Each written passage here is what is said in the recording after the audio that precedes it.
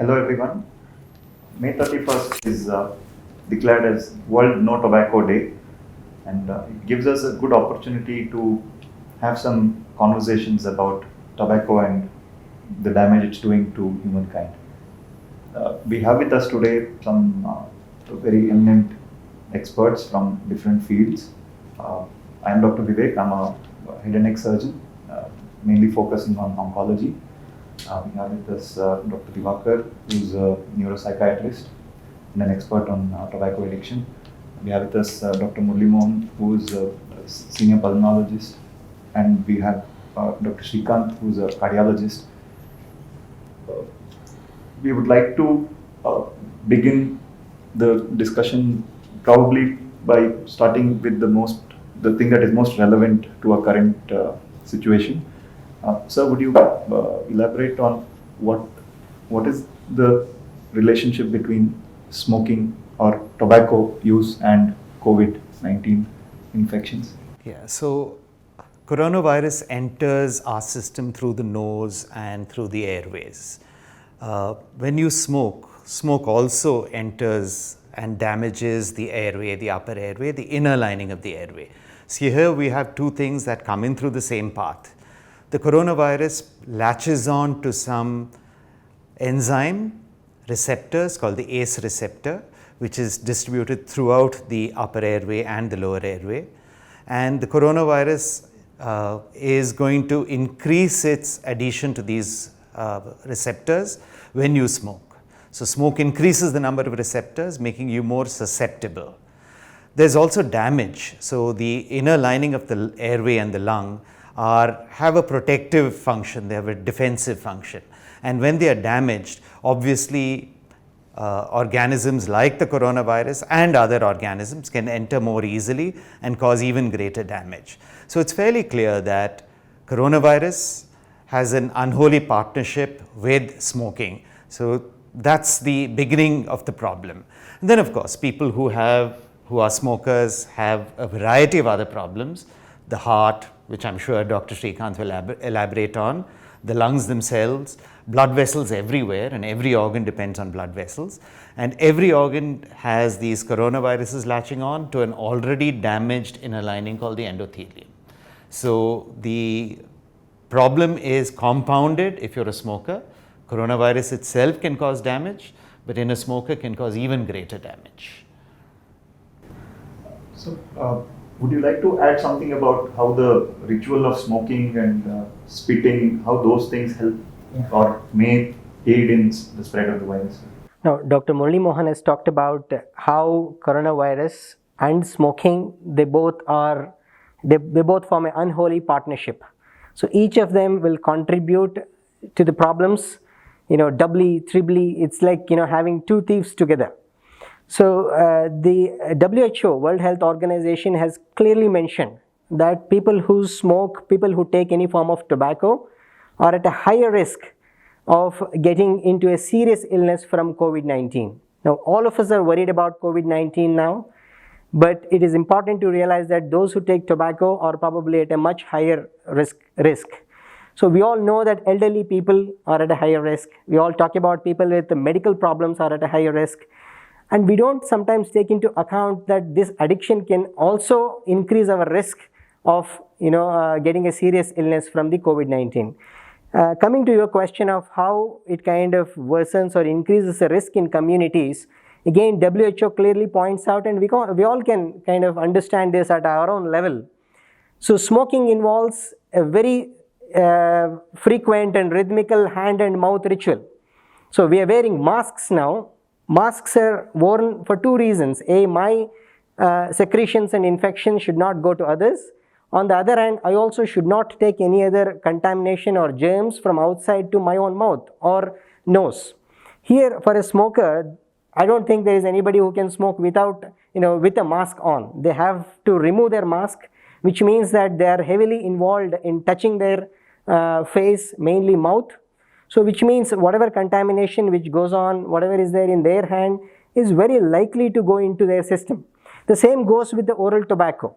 Oral tobacco also involves a lot of people putting tobacco inside their mouth. So especially in India, when they are chewing caney, it's like they have to pull their lower lip and put it inside. This is called as dipping. So this is extremely common in India. As such, their level of understanding about COVID or general hygiene would be low, because most of them do come from lower socioeconomic strata. So you can imagine with such a highly spreading virus which is around, they are at much more higher risk of developing or getting into getting the disease of COVID-19, especially with the migrants. Most people do use oral tobacco. There is a high risk in this group, and also in some communities they do share their hookahs and then mouthpieces, electronic cigarettes in young people. So they share with one another. That is a recipe for a very quick spread of COVID-19. So there was a recent study which became very publicized, which led some people to think that nicotine may be protective against the COVID infection, or it reduces the severity. Would you like to comment on that study, sir? I'll probably tell a little bit about what I understand from this study. So I think there's only one study which said that nicotine replacement therapy could be somewhat protective against COVID-19. But again, WHO clearly states that it is not confirmed.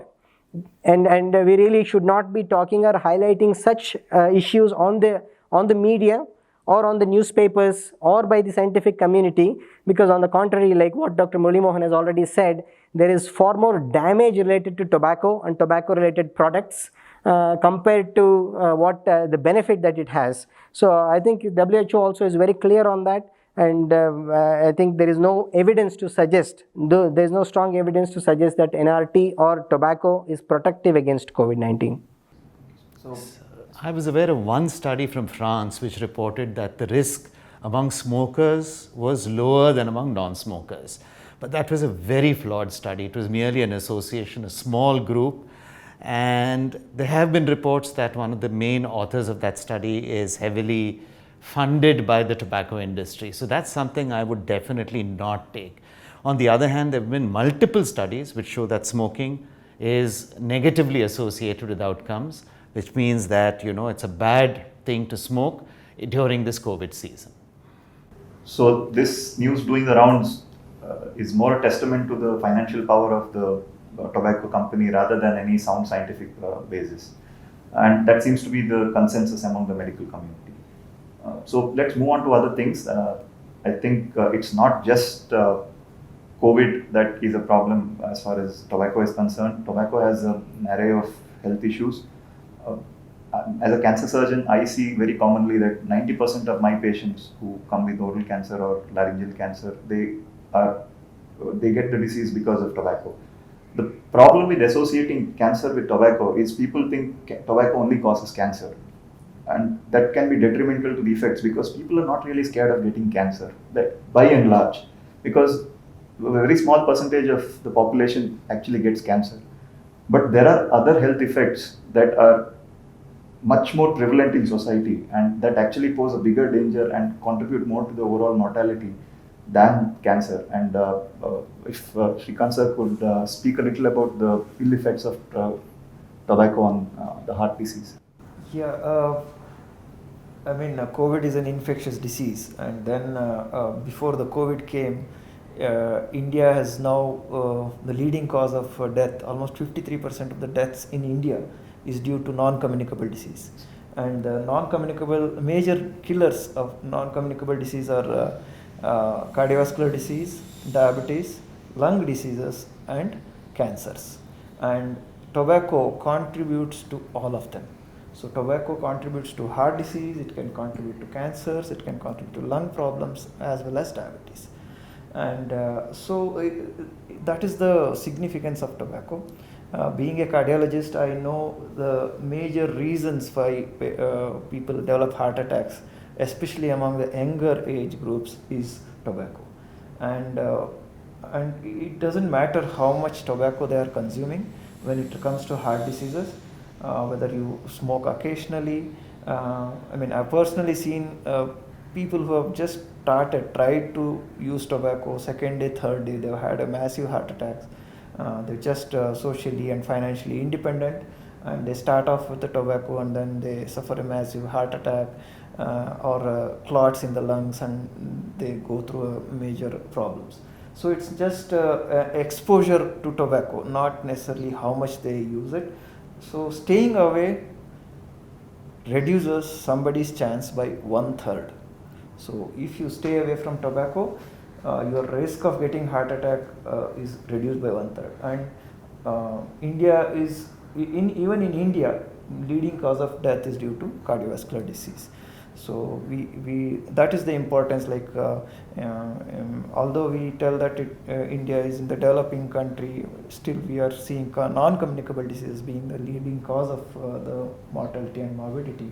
Tobacco being a cause, I think staying away is very, very important. And never starting is the most important thing. I think Dr. Diwakar will tell us how it kind of latches onto a person and never leaves it. It becomes a challenge for people who develop. And the other thing is, somebody develops a heart problem. Good thing is they can come back to normalcy, some kind of normalcy, and then that gives a complacency, and they tend to go back to tobacco. So that they should also be very careful. And second-hand tobacco is also a problem. So with these things in mind, tobacco is a very dangerous thing to the society's health. Sir, Sir raised a very important point. It's not just mortality, but tobacco also adds a lot of morbidity, and especially somebody afflicted with COPD, life becomes very difficult for them. So would you like to elaborate on the lung aspects, and also how? So COPD, or chronic obstructive pulmonary disease, is one of the major effects of smoking tobacco. Some evidence that it may also occur with smokeless tobacco. So tobacco in any form is bad. What is COPD? COPD stands for chronic obstructive pulmonary disease. So basically the airways that lead into the lungs get narrowed. So taking breaths becomes difficult. Bringing out the breath also becomes difficult. And everyone takes breathing for granted. You don't even think, it's an unconscious thing we do. But these people who develop severe COPD often have to struggle with every breath. So one of the things we usually ask people to do, family members, to know what their loved one is going through who has COPD, is ask them to take a deep breath and then leave out the breath a little and breathe from that position. And after some time it becomes really very difficult to breathe. It's so difficult because your lungs are full of air, but this is not air that's useful to you. And when I tried it for the first time, I was really miserable after a very short time. And to think that patients with COPD go through this day after day after day, every breath being an effort, is really a problem. So that's just one of them. So a lot of other lung diseases, including lung cancer, are much more common among smokers. And I think the most devastating of all, we spoke about heart disease, we spoke about lung disease, you spoke about, head and neck cancers, all of which are much more common in tobacco users. But one of the things we often don't talk about, and to my mind is the most devastating for a human being, is getting a stroke. And again, strokes are far more common among smokers than non-smokers for the same reason that it affects the heart. And imagine a young man or young woman struck down, in the prime of life with a cerebrovascular accident, a stroke, and then being helpless, relying on every step, feeding, bathing, cleaning yourself up after for your personal hygiene, relying on somebody else to do it. I can't think of anything more humiliating. Okay, and that clearly, the risk of that, Dr. Srikanth already referred to it, the risk drops, and the risk drops within 24 hours. The decline in risk starts within 24 hours. So you don't have to wait very long to get the benefits of quitting tobacco. And that's true about strokes also. So heart attacks, strokes, lung disease, stomach cancers, bladder cancers, these are all much commoner in smokers, and all of them definitely are going to come down if a person quits tobacco use. I don't think we can spare any organ. If you chart out what are the ill effects of tobacco from the head to the gangrenes, vascular disease. Even sterility, so, I think, in ladies. Exactly. Sterility, yeah, unable to conceive. So there is, and including the the mental health. So head to toe, every organ is affected by tobacco, and quitting is beneficial not for just supposing a heart attack patient stops tobacco. It's just not that he is saving himself from heart. He's saving his entire body. He's improving his overall health. So the message is loud and clear. You may or may not get cancer, but you will definitely get either heart disease, lung disease, or stroke. So, now, I'd like to ask you, sir, this 90% of people know that these issues exist with tobacco, but the scale of the problem is quite massive. According to the last GATS data, which is the adult tobacco survey, in India, about 28% of adults use tobacco in some form. About 10% of them smoking, and about 21% mainly use in smokeless form. So would you like to comment on the scale of the problem and why, despite more than 90% of those surveyed knowing that these are the ill effects, why they still indulge in the habit? Yeah, GATS survey was done in 2009-10 and then again repeated in 2016-17. India seemed to show a little bit of improvement in that. There is a decrease in about 5%, in the tobacco consumption in India overall. But what's really worrying is, last time when we did this, session about a year ago, the deaths related to tobacco in India were roughly 8 lakhs per year. 8 lakhs per year. Now it's increased to 10 lakhs per year. Although there is a apparent decrease in the consumption, the death rates associated with tobacco has increased further. So 1 million death per year in India alone, which means every 30 seconds, by the time I complete my sentence, there is 1 or 2 deaths happening because of the tobacco. So for all the causes that you have already kind of mentioned. Again, most people who consume tobacco are those who would have started tobacco in their teenage years, because that is the most vulnerable phase of the life. That is where they get attracted to any form of tobacco because of various reasons. One of them can be peer pressure. One of them is modeling, what they see on the TV. If their favorite TV star, although nowadays there is a statutory warning which comes out in the bottom, that is only visible only if you really look into it. What is more visible when you are really attached or glued into the TV is your hero, your heroine, or your models basically. So that's why they get influenced much more easily, and we all can relate to it. In our teenage years, we have our own different attractions. In fact, that's what is the tobacco company is also targeting on. This year's World Health Organization's theme itself is exactly that. Secret is out. So we know where the tobacco companies are targeting. So coming to this question, more than 90%, actually it's 95% of people know the dangers of tobacco. That doesn't mean to say that we shouldn't highlight them. We have to keep highlighting the dangers of tobacco, and that is also done through regulations on the cigarette packets, on the oral tobacco packets. That will have to continue. But having said that, that alone will not stop the tobacco consumption, because of the addictive power of the contents which are there in the tobacco, mainly nicotine. Nicotine is the most addictive substance, if not the most. It is one of the most addictive substances known to the mankind. And especially at that early age, a vulnerable group starts to use before they realize. Within the matter of months or years, they are already addicted to it. That is because of what happens in our brain. That is because of all the neurochemicals which get released. So there is a need for them to keep on increasing the dosage of tobacco each time they take it. So they are already addicted to it. So that is why most people, even after knowing that they have a problem, even after them having a cancer or even having operations, we have seen some patients continue to smoke or ask for tobacco, because that is so much they are addicted to the substance. So whomever we see these days who are smoking in the public, despite knowing that it is illegal to smoke in the public, people who are using oral tobacco, despite that being banned, we should have some sympathy on them, because they are the victims of addiction. They are the victims of the tobacco industry, and their tobacco industry is not getting affected by this. Who is getting affected is themselves, their poor families, and whatever happens in their family. Most of them are lower socioeconomic status. The amount of health expenses, the problems, they're not able to support their children to the schools. because of their own illness because of tobacco. Now, on one hand, this is the legal product which is available in the country. This is the only legal substance which kills more than half the people who consume this. On the other hand, there are also a lot of regulations which are seemingly there, but none of them are really implemented. We have three issues here. One is availability. Because it is legal, you may not get a bottle of water if you go to a remote place in a village, but you will definitely get a sachet of oral tobacco, keni or a gutka or a bidi.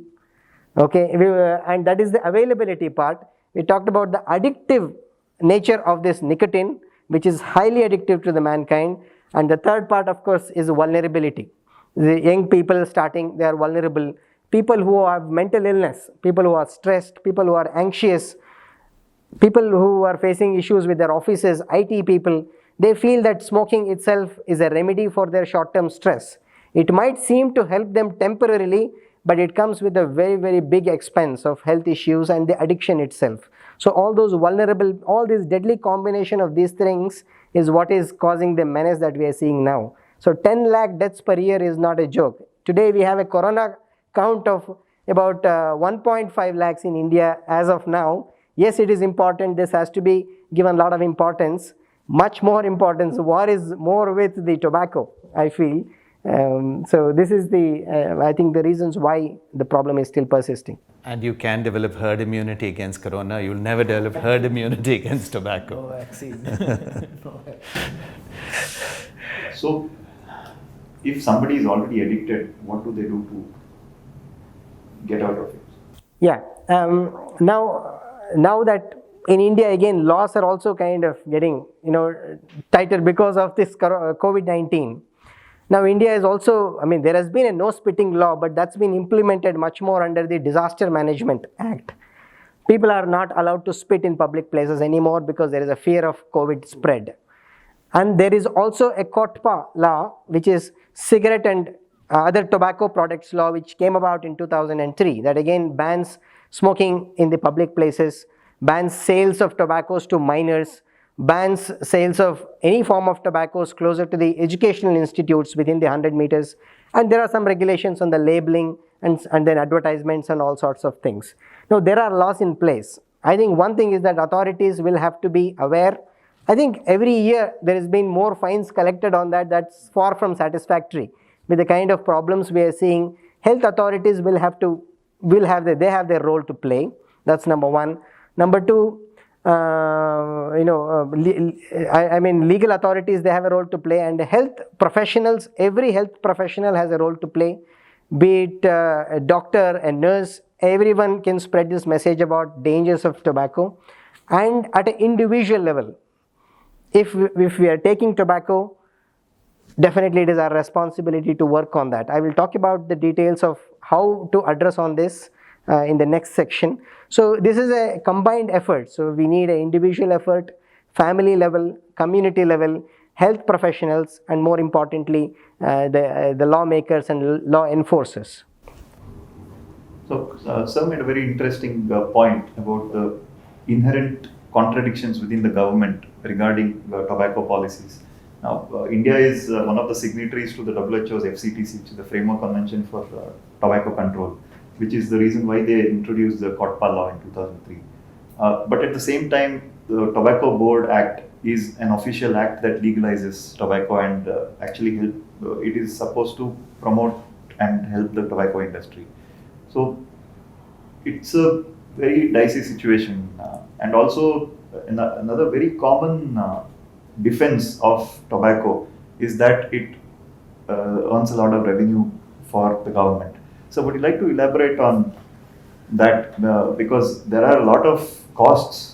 The revenue, about 20,000 crores is the figure given by the Ministry of Health. But that figure comes at a cost. So would you like to speak about that? Yeah, in 2011, the Ministry of Health and Family Welfare, they came up with what is the burden of tobacco in India, and then their estimate is that India loses 1,04,500 crores. So, that is the amount of money India loses due to tobacco and related diseases. It is directly due to the hospitalizations, one third, almost one third of the loss is due to the hospitalizations, one third of it due to the loss of revenue they incur during the treatment, and the due to death. I mean, loss of income to the family and the family suffering. It amounts to 1,04,500 crores. It's been there in the public domain. I mean, that's been quoted in most of the the government figures. I mean, which is, I mean, we can still have a lot of it which may not be recorded. So that's the kind of loss the society is facing, and it's a huge loss to the Indian economy as well, because people who get affected by tobacco are in their prime of their life. It's like it's not very old, so they are in the prime of their life where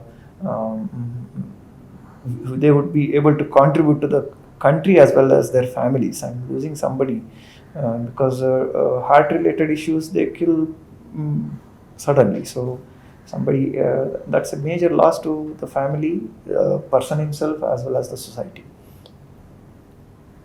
That's a great point.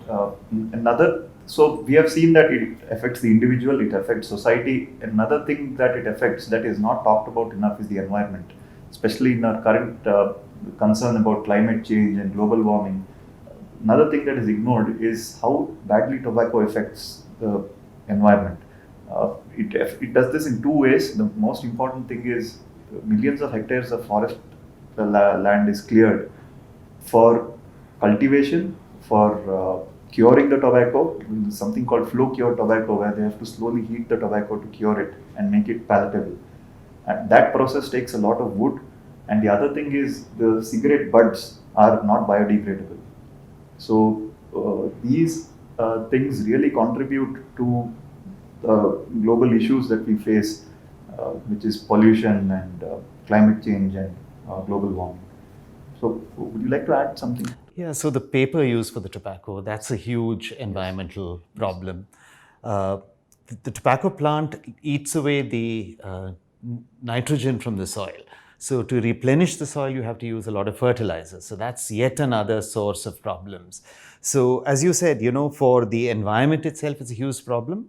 For the people who are cultivating the tobacco, it's often unrecognized that taking care of the tobacco, harvesting the tobacco, handling the leaves itself is associated with this condition called green tobacco sickness. That's often not reported, and it's very often the very vulnerable young children who are involved in this industry also. So it has multiple effects. Dr. Srikanth earlier spoke about secondhand smoke, and here we have not only, secondhand smoke. By the way, there's also third-hand smoke where it sits on, furniture and sofa sets and so on. And people who touch it are also exposed to tobacco. And the very vulnerable ones are children who tend to play on this, put their hands into their mouths. So that's one level. And as I said, green tobacco sickness. So at every level, and most of that is not really included in this figure that Dr. Srikanth quoted. There are many more losses that are not obvious. So what is the solution? Because there are two ways to proceed. We have to, of course, we have to control the supply, but at the same time, if we don't reduce the demand, then there is a mismatch, and that leads to a lot of problems in society, as the prohibitions in the 40s in America show. So how do we address the issue? The real solution to handle this problem is prevention. Apart from prevention, everything else is damage control. We are minimizing the damages, apart from prevention. So prevention has to start at a school level. So we know that most people today who are addicted to tobacco are those who would have started in their teenage years, in their late childhood days. So we've got to target that. Now, on one hand, tobacco industry is targeting this group. What are the mitigating effects? What is that we can do as a mature society, mature individual, mature teacher, mature citizen, mature parent? What is that we need to do to protect our children from picking up this habit? This is the issue that we have to think about. Many a times we feel that they will not get addicted to anything and we wait till they become adults. But most of the damage is done before that. So we feel that at least the topics are in their curriculum, in the children's curriculum, in their textbooks, some of the topics should go in relation to tobacco at as early as 4th grade, 5th grade, from their ages of 8 to 9 onwards. Okay, at least at that age it has to start, and it has to continue. So on an event like World No Tobacco Day, schools can arrange various competitions, essay writings, poster making. So these days, even during Corona period, they are doing a lot of co-curricular activities. So even my child is doing Bharatanatyam, all those things online. There is no reason why this can't be taken up along with the World Environment Day, which is coming on in the June. So tobacco related activities and competition should be given to the children, because once they are aware about this, they are the people who will teach back to the older folks at home. So that is one issue. The other issue is how to help those who are already addicted to it. So there is nothing called as no addiction. If they are already taking, there is low addiction, there is high addiction. They are always addicted. So they can measure about their own addiction going through a very commonly used scale called as Fagerstrom scale. So if they are smoking or using oral tobacco as soon as they wake up in the morning, if they have to use tobacco to go to the toilet, which means they are very severely addicted. If they are using 1 or 2 cigarettes or using 1 pouch of tobacco per week, they are still addicted. They are addicted, but probably at a lower level. There is nothing called as zero addiction if they are using it. So first issue to stop any form of tobacco is to raising their hand, acknowledging that they have this problem, admitting that they have a problem with tobacco. Because most people feel that I put on Ayyappa Swami Mala, I put on this mask, this week I have not taken, which means I am not addicted. And then the question comes, why do you go back on it again? You go back on it because you're addicted. You're already addicted. I think first step is admitting, accepting that I've got a problem. This problem is not just using my mind, this is also brain related problem where a lot of changes are happening. I need help. It doesn't mean that all of them will need to seek professional help. A lot of things that they can do even at home to come off that.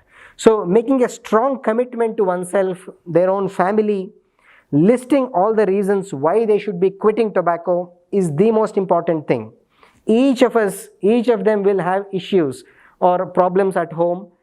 Their family member would have told them to stop, their child must have told them to stop, their own health issues, economic reasons, whatever it is, it has got to be a motive reason. So make a list of that, because that is what you will keep going back to every time when you have a lapse or a relapse, because these reasons are very important. So after that, you make now it's we are in the end of May, you set out a quit date. Most people will stop it suddenly. That is also fine, especially if they are mildly addicted. A lot of them, they get touched by some people or a child or somebody saying something to them, and they wake up one day and decide, I'm not going to take any more smoking or BDs. That is fine, because the withdrawal symptoms can be somewhat disturbing, but they are not life-threatening. Most people's withdrawal symptoms will come off and they're back to their normal selves within 1 to 2 weeks time. And this is a fact. Nobody dies because of the withdrawal symptoms associated with tobacco. This is a very important fact that people have to understand. It is the other way around. Every time they are taking a puff of cigarette, they are inhaling more than 5,000 chemicals into the body. That can be fatal. Stopping, as Dr. Murali Mohan already mentioned, you will start seeing the benefits of stopping soon after, maybe half an hour after stopping. Your blood pressure will start to improve. Breathing will improve. The benefits are seen from the time a person stops tobacco. So there are 2 options. One is stopping it suddenly, if you are able to manage the withdrawal symptoms, and keep remembering that all these withdrawal symptoms will go away. Usually they are irritability, sleeplessness, some amount of constipation related issues. Again, following a healthy dietary pattern, lifestyle changes, taking support from the family members itself can really see through this withdrawal phase. The other thing is setting a quit date within the 10 or 15 days time, and then reducing 1 or 2 cigarettes every day, and then stopping on the quit date. So that is one way of doing. And very important thing is managing craving. So why is that people go back to smoking again? That's because of the intense craving that they get for the tobacco, because that is because of the addictive nature of the tobacco itself. Simple 4D techniques can be used. The first D is distraction. Distract yourself to doing some other activity where you find more pleasure or meaning in. You can even focus. It not necessarily be distraction. You can even focus on your own heart, thinking how my heart is crying because of every puff that you're taking, how my lungs are weeping because of this. You can even focus, and that itself can be a motivation. That is one D. Second D is drinking water. Research has clearly pointed out that drinking water can also reduce craving. And the third D is deep breathing. This is very simple. It's all free. Anybody can do it at any time. It's no rocket science. You have to sit down in one place, take deep breaths for about 1 to 2 minutes. Why 1 to 2 minutes is because that is the period of time where your craving is very severe. So after 1 to 2 minutes, after 3 minutes, craving intensity will come down. If you have managed that particular episode, you have taught your brain, you have taught your mind that you can manage this particular craving episode. So craving might come back again after 5 minutes. Do the same thing again. This is how you are going to train back your brain and mind. So as the days progresses, the intensity of craving comes down, and the duration between craving cycle also comes down to a point that you can manage yourself without having to do any of this. So we talked about these 3 Ds. The other fourth D is delaying, putting it forward. So one is the deep breathing, other is delaying, distraction, and then drinking water. Delaying means putting it, now you're getting a craving for smoking. Tell yourself, I'm not going to take it now. I will wait for 1 more hour. Wait for 1 hour. And you can, distract yourself at that time, do whatever you want to do. And then after 1 hour, if the craving comes, tell that again. So that is how we can train ourselves. These are very simple techniques.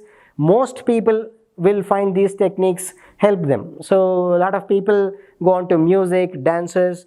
So whatever suits you, whatever is the healthy habit that you can pick up, healthy distraction you can pick up, you've got to do that for yourself.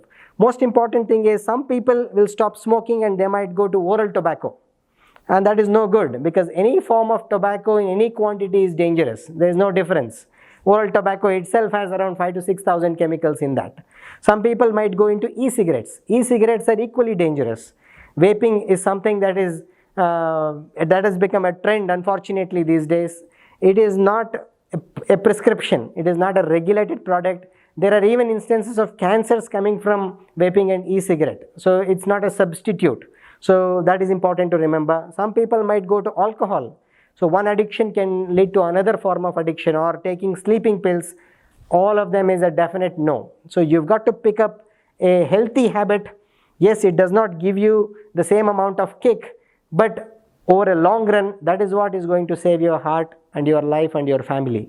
So these are some of the simple techniques that you can follow. There are websites related to that. Even central government itself has a website that will be displayed, and you can see in this. So you can go through that website, and there are a lot of useful techniques there. Even NIMHANS has given manuals which are there in the public domain. So all of them can be utilized to very easily come off this nicotine tobacco addiction. So the take-home message is, first, in order to quit, first thing you need to do is decide that you want to quit. And only if you decide, you can do it. If you don't decide, then if you think that you don't have a problem, then there's no way that can be solved. So anything else you'd like to add, sir? I think prevention is the main key, and then people who are victims, they can take support. Normally, they don't know whom to approach. It's usually a psychiatrist who, although the common stigma is we can't go to, I'm healthy, I'm mentally fine, why should I go to a psychiatrist? That's the question they ask. So, but they are trained to address what is how their craving is. So you just listen how they address. So it's a psychiatrist who can help them plan and do the de-addiction in a professional way. So there is no, the other question they ask is, can I quit suddenly? There is no harm in quitting suddenly. So there is no medical harm in quitting suddenly. So there are only benefits when you quit with that. So Dr. Diwakar mentioned making a list of the things, how tobacco helps and how tobacco harms. And the harm list usually significantly outweighs the benefits list. And I think now at this season, one more is added, that is smoking and COVID. The combination is even more harmful. So you need to ask yourself, if you're worried about coronavirus, about COVID-19, are you prepared to smoke? Because it is definitely going to make the outcomes worse. And I think the message is very clear. If there is a single action that you can take to improve the quality of your life and the duration of your life, it is quitting tobacco in any form. So I think with that, we can. If I may add one last point. So there is no bad time to do a good thing. Now is the best time to quit smoking. Now that probably availability of tobacco related products has also come down. So make a strong resolution to quit tobacco if you're already using. If you are not taking tobacco, well done. Don't pick it up at any stage in your life. Encourage your children on some anti-tobacco activities at schools or within the community itself. So you yourself, if you are already a tobacco user and you have stopped, volunteer yourself for some anti-tobacco activities. There is a lot of information available in the government websites, so follow them. Do not get into the fights with other tobacco users, sympathize with them. You can share your positive experiences of quitting tobacco, that itself can help the other tobacco user to stop using it. So we all can make a change together. So it's everyone's responsibility. So COVID or not, we must stop this menace, and every day should be a World No Tobacco Day.